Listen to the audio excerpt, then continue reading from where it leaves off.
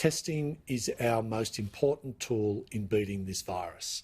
And last week, the Premier announced a surveillance testing program in some high-risk industries. And I want to thank those industries for partnering with the government in making sure that they are partners in the safe reopening of their businesses.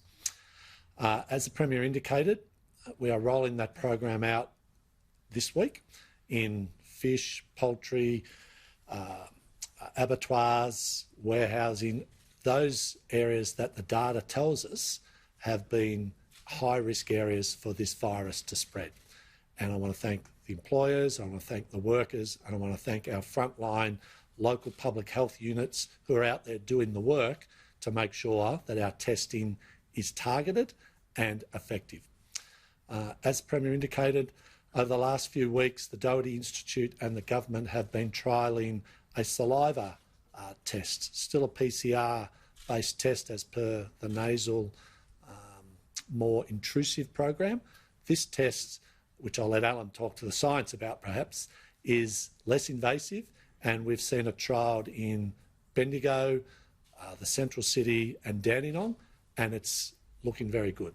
So as part of the targeted surveillance testing that is now underway, we'll be rolling that program out at Hazeldene's Poultry on the outskirts of Bendigo. That will be less intrusive, but as equally as effective as the current standard PCR test. So that will be an important, further innovative tool that will allow our crack local public health testing officials and teams to get out into those workplaces, stay ahead of this virus and deliver the data, the science and the measuring of how this virus presents in our communities. And with that data, we then move to the next stages where we do identify outbreaks with an ever-improving contact tracing and isolation process. That's how we're going to stay ahead of this virus. That's how we're going to have a COVID-safe 2021. And I want to thank the Doherty Institute, I want to thank Victoria Police, almost 1,000 members of Victoria Police who worked with the Doherty to make sure that this process was ready to go. And I want to thank those targeted industries and their workforces for the opportunities of making sure that we keep their workplaces safe and open through this process. And I should also thank very much the people of the KILMORE community who have come forward in extraordinary numbers with extraordinary community resolve to make sure that the small outbreak so far in their community is contained and that extra ring of certainty of the contacts also being isolated. The KILMORE community has done an outstanding job.